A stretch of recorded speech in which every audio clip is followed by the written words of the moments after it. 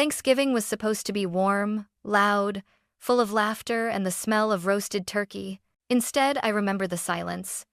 The kind that burns. My grandfather stood at the head of the table, a man worth billions. A man I had only ever seen in control with a dark bruise blooming beneath his eye. Every guest froze. My mother smirked, swirling her wine. "He got what he deserved," she said. "Dad taught him a lesson." My father grinned, proud of the violence everyone pretended not to see. I felt my stomach twist. Something was wrong, terribly wrong. Then Grandpa reached into his coat and pulled out a black envelope. He didn't look at me. He looked at my mother. When he handed it to her, her smile vanished. Color drained from her face, and for the first time in my life, I saw fear in her eyes. I could feel every eye flick between my mother, my father, and the black envelope resting in her manicured hands. The tension in the room was so sharp it could have sliced through the silverware. Grandpa didn't sit down. He just stood there, cane in hand, eyes steady on my parents like a man watching his own house burn down. My mom laughed awkwardly, trying to regain control. "Dad, please, this isn't funny. Everyone's watching." "I know," Grandpa said softly. "That's the point." I caught my father's glance cold, annoyed. He hated when Grandpa talked in riddles. "What's this about?" he asked. "You're making everyone uncomfortable." Grandpa ignored him. "Thanksgiving is about gratitude, isn't it?" His tone was calm, almost gentle. "But it's hard to be thankful when the people you love are the ones who hurt you most." I'm stare, buddy, into that why. The guests shifted in their seats. My mother's smile cracked. I stared at the bruise again, dark and swollen, right below his eye. That wasn't from age or clumsiness. That was from a fist. My throat tightened.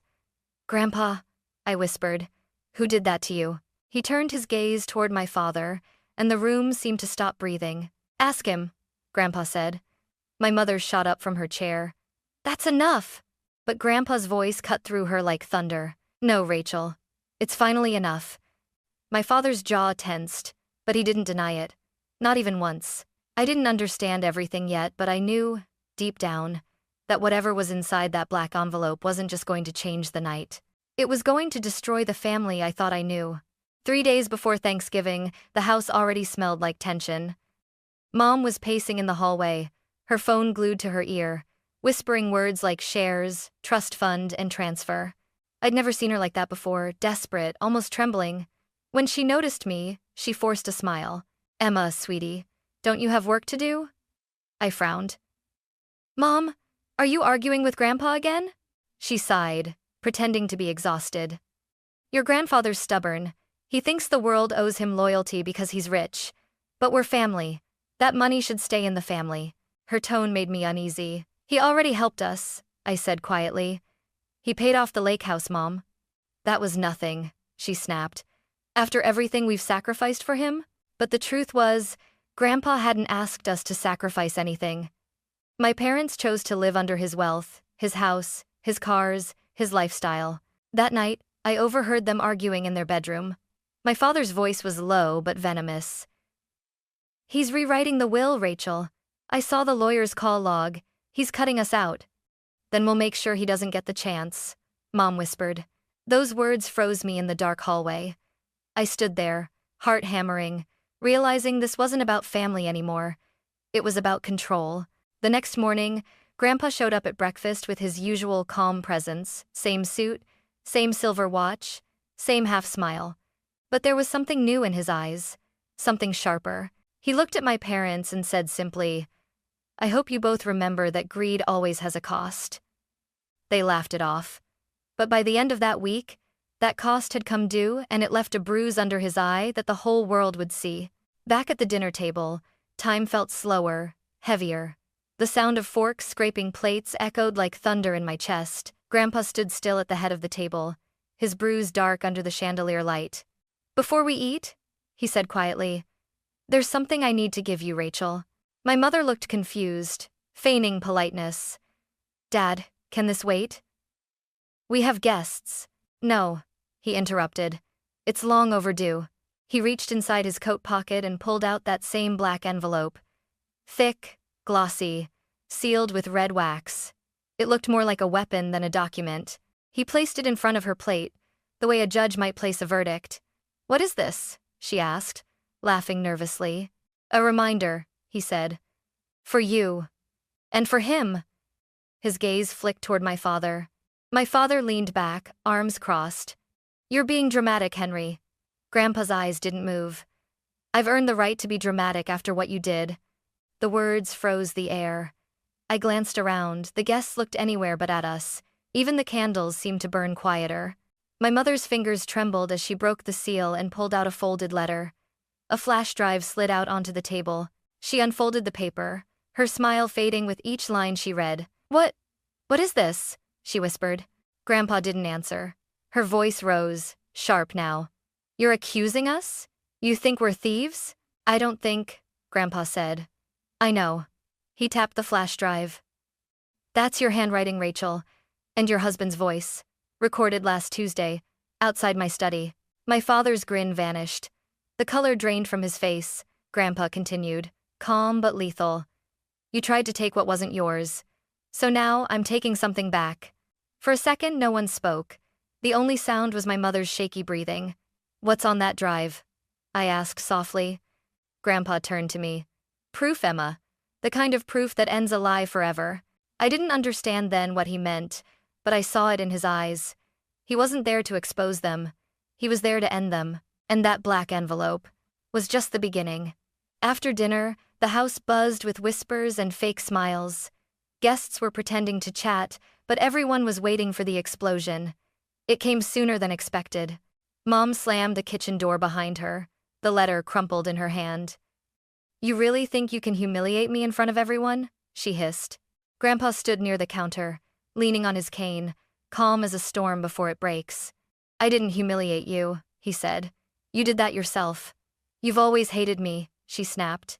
You made me beg for scraps while you lived like a king. I gave you everything, Rachel, he replied. A home, a future, opportunities you wasted chasing luxury instead of love. Her voice broke. You don't know what it's like to live under your shadow. Grandpa's eyes hardened. No, Rachel, you don't know what it's like to raise a daughter who would watch her husband hit her father. The words hit her harder than any slap could. I froze in the doorway, my heart pounding. Mom, is that true? She didn't answer. Her hand shook as she set the glass down on the counter. He provoked us. Stop lying, Grandpa said quietly. The bruise wasn't an accident. You were both there. Mark hit me when I refused to sign over my companies. You stood by and let him. I felt sick. Dad did that? He said I needed to be taught respect, Grandpa continued. He said you agreed. My mother's voice cracked. He was angry. You were pushing him. I was protecting my life's work, Grandpa shouted, for the first time losing composure. You wanted to drain it dry. The silence after that felt infinite. I could hear the faint ticking of the grandfather clock, the shallow breaths of three people who no longer recognized one another. Mom finally whispered, You're exaggerating. No one will believe you. Grandpa's lips curled into something between pity and warning. I don't need them to. I already have proof. The black envelope wasn't just for show, it's my insurance. Then he turned to me, his voice soft again. Emma, I didn't want you to see this side of them. But sometimes the only way to open someone's eyes is to let the truth burn. I looked at my mother, her face pale, her hands trembling, and realized that bruise under his eye wasn't just from violence. It was from betrayal. The kind that scars deeper than any wound. Grandpa straightened, the faintest tremor in his hand as he reached for his cane. I've lived long enough to know one truth, he said quietly. Money doesn't destroy people, it reveals them. He nodded toward me. Emma, come here. I stepped closer, my heart pounding so hard I could barely breathe. His eyes, still bruised and weary, softened when they met mine. You deserve to know what I've done. My mother crossed her arms, her voice dripping with contempt. What now? Another lecture? Grandpa didn't even glance her way. That black envelope wasn't just proof of your crimes. It held my new will. The words hit like thunder. Mom blinked, confused. You're what? I've signed everything over, he continued. The estate, the companies, every share I built from the ground up. She laughed bitterly. To who? Don't tell me you're leaving it to charity. Grandpa smiled faintly. No. To Emma. The room went silent. My father's fork clattered onto his plate. What? My mother's voice cracked. You can't, she's a child. I'm 26, I said quietly. Grandpa's voice grew steadier. Old enough to understand integrity, young enough to rebuild what you destroyed. Mom's composure shattered. You're doing this to punish me. No, Grandpa said. I'm doing it to protect her from you. You stirred. It is not manger intended as the stand. My father stood up, his face red, veins rising along his neck. This is ridiculous. You can't just rewrite everything overnight. We'll contest it. You can try, Grandpa said calmly. But every document is notarized and filed. I even included the recordings from that night, your threats, Mark. The court will hear every word. My father's jaw tightened. You think this will make you a hero? You're a bitter old man. Grandpa's gaze hardened. I'm a man who finally learned that love without boundaries breeds monsters. Mom's tears came fast, furious. You're taking everything from me. No, he said. You took everything from yourself. The words echoed through the dining room. Even the air felt different, charged, heavy, final.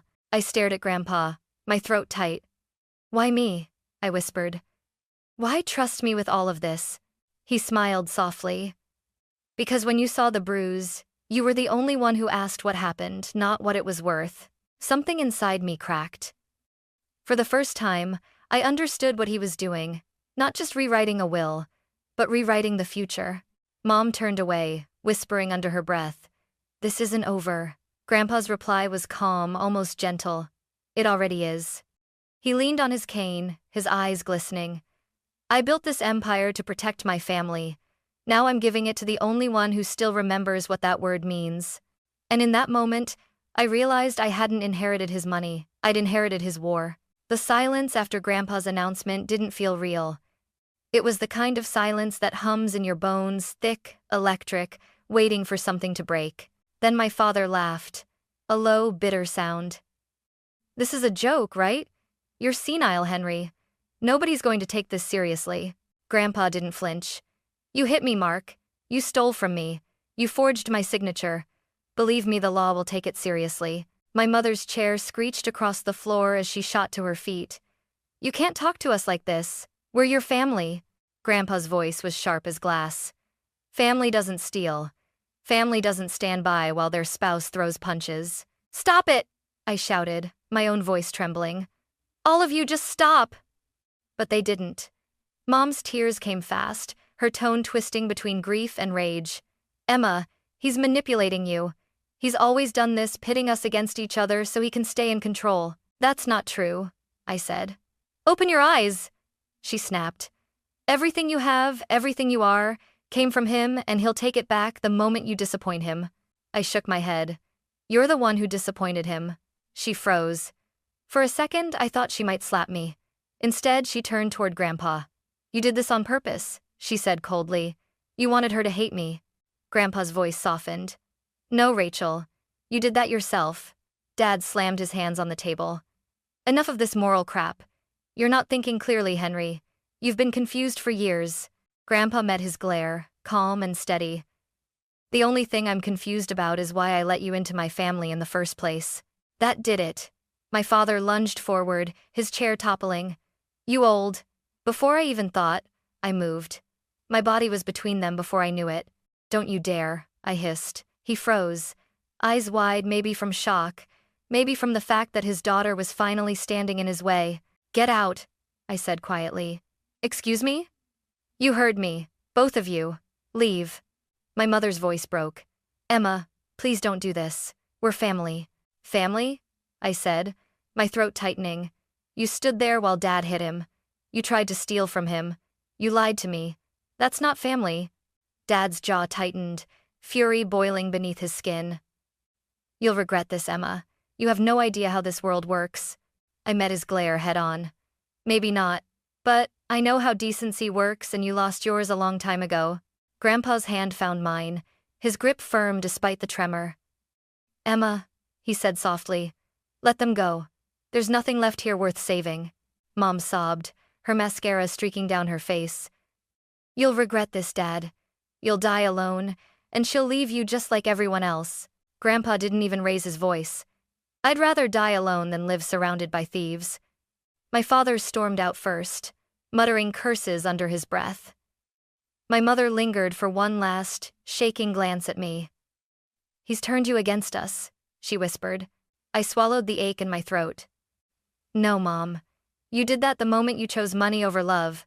The door slammed behind them. The echo hung in the air like an aftershock. For a long time, no one moved. Then Grandpa exhaled, shoulders sagging. "You did what I couldn't," he said. I wiped my eyes. "What's that?" "Ended it." He looked older than ever, but also somehow lighter.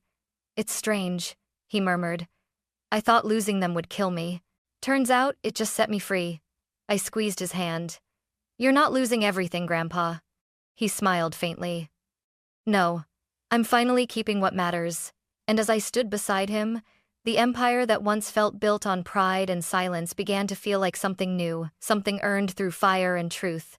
The house felt different after they left, too quiet, too clean, like the air itself was holding its breath. Grandpa sank into his favorite leather chair by the fireplace, exhaustion written across his face.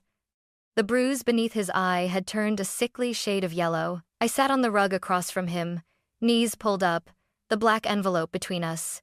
For a while, neither of us spoke. The crackle of the fire filled the silence. Then he said softly, "You're wondering what's on that flash drive?" I nodded. He leaned forward, his voice low and steady. "Security footage. From last week. I installed hidden cameras in the study after your father demanded access to my accounts." He reached into his pocket and handed me a small USB stick, the same one from the dinner table. "I didn't want you to see it," he murmured, "but you deserve to know the truth." I hesitated before plugging it into the laptop on the coffee table. The screen flickered to life. At first, all I saw was the study bookshelves, the antique globe, the glow of lamplight. Then, the door burst open. My father's voice filled the speakers. "Sign it, Henry." Grandpa's voice was calm. I said, "No, Mark. You're pathetic," my father snarled. "You'd rather give your empire to a stranger than your own daughter."